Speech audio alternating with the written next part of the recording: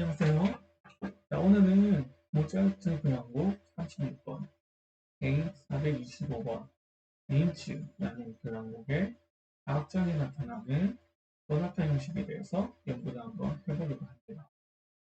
자, 본격적인 이제 연구에 들어가기에 앞서서 이 린츠 교향곡이 어떻게 그리고 언제 어떤 계기로 작곡이 되었는지 약간 이제 역사적으로 살펴보고 이제 수업을 시작을 하려고 합니다. 자, 이게 오스트리아 지도예요. 네, 여러분 보시면 알겠듯이 그 당시에 이제 모차르트가 윈에 살았죠. 윈이 바로 그 북동부의 그 도시가 윈입니다.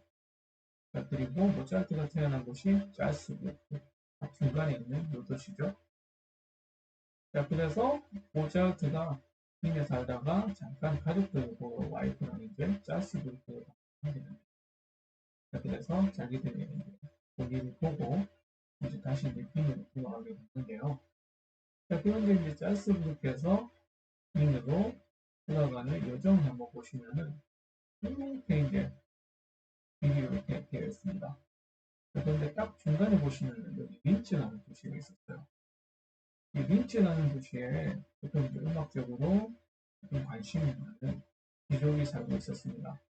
자, 그 귀족이 모차르트가 짤스부르크에서 빈으로 돌아간다. 그리고 그 중간에 여기 린치라는 도시가 있다는 소식을 듣고 모차르트한테 방문해서 음악회를 한번 열어달라고 요청을 하게 됩니다. 자, 그래서 모차르트가 돌아가는 과정에 린치를 방문하게 됩니다. 자, 그래서 그 귀족이 모차르트한테 웬만했으면 되도록이면은 교향곡을 한번 듣고 싶다 해가지고 교향곡을 연주해 줄 수 없냐고 요청을 하게 됩니다. 자, 그런데 이제 모차르트가 손에 들고 있는 교향 악보가 없었어요. 그 말인즉슨 모차르트는 이제 새로운 교향곡을 써야 된다는 결심을 하게 되고요. 그런데 콘서트 날짜가 4일 뒤이기 때문에 모차르트에게 주어진 시간은 단 4일밖에 남지 않은 거죠. 그래서 모차르트는 4일 만에 교향곡을 작곡을 하게 됩니다. 그래서 그 이렇게 작곡된 교향곡을 린치 교향곡이라고 합니다. 자, 제가 왜 린치 교향곡을 들고 왔냐면은 린치 교향곡이 음, 그 당시 유행하던 고전시대 소나타 형식을 완벽하게 적용시킬 수 있는 교향곡이 린치 교향곡입니다. 자, 그래서 작품 분석에 들어가기 전에 소나타 형식이 뭔가 잠깐 살펴보고 진행을 하도록 할게요. 자, 소나타 형식으로 말할 것 같으면은 고전시대 완벽한 음악 형태라고 볼 수가 있겠죠. 자, 그래서 세 가지 부분을 나눌 수가 있는데 제시부, 포지션, 그 다음에 발전부, 디벨롭먼트, 그 다음에 재현부, 리캡처레이션이라고 하죠. 자, 그래서 이렇게 세 부분으로 나눌 수 있습니다. 자, 제시부 같은 경우에는 제시부, 그래서 음악적인 주제와 그 음악을 제시한다고 해서 제시부라고 하고요. 자, 제시부는 보통 1주제, 2주제 이렇게 나눠져 있습니다.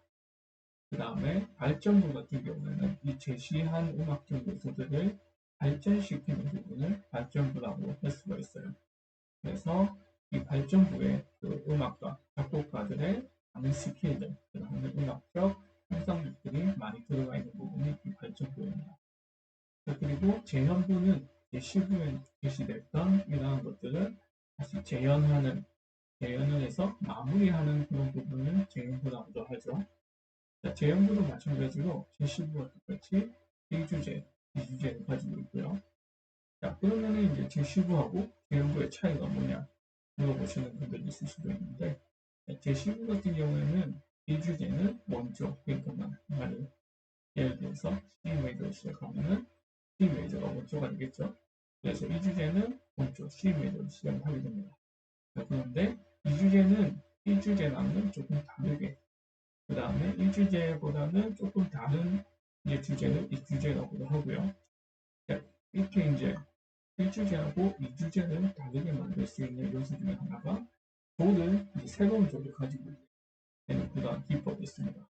그래서 1주제는 원조로 하고 2주제는 새로운 조를 시작해서 1주제와 다른 2주제로 표현할 수가 있는 거죠.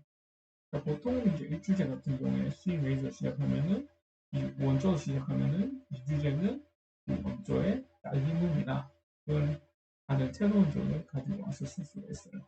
그래서 제시부 1주제는 원조로 시작하고 2주제는 새로운 조로 끝난다 라고 생각하시면 될 것 같고요.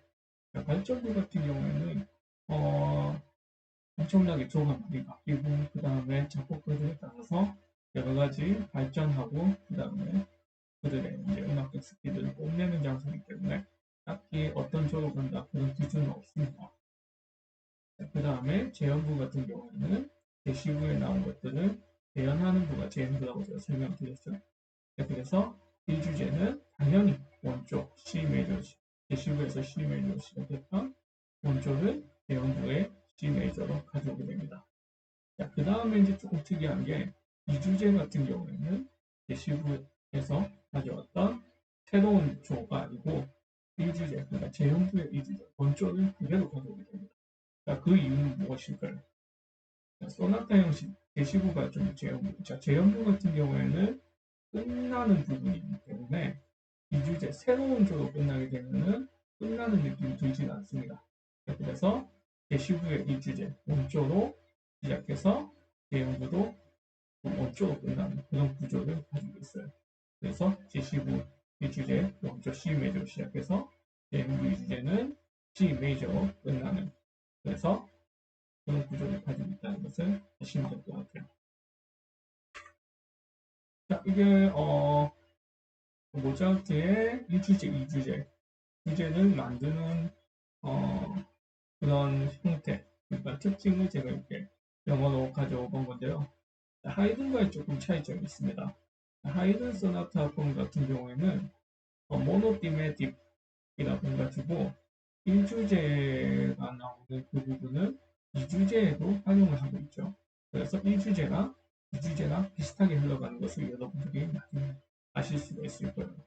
그런데 모차르트 같은 경우에는 하이든의 이러한 형태를 따라가지는 않습니다. 모노티메틱 소나타 폼을 띄지가 않고 1주제가 나오면은 2주제는 조금 1주제와는 상반되는 그런 주제로 작곡을 하는 형태가 모차르트의 특징 중 하나입니다. 그래서 이걸 잘 감안하시고 그 분석을 한번 해보도록 하겠습니다.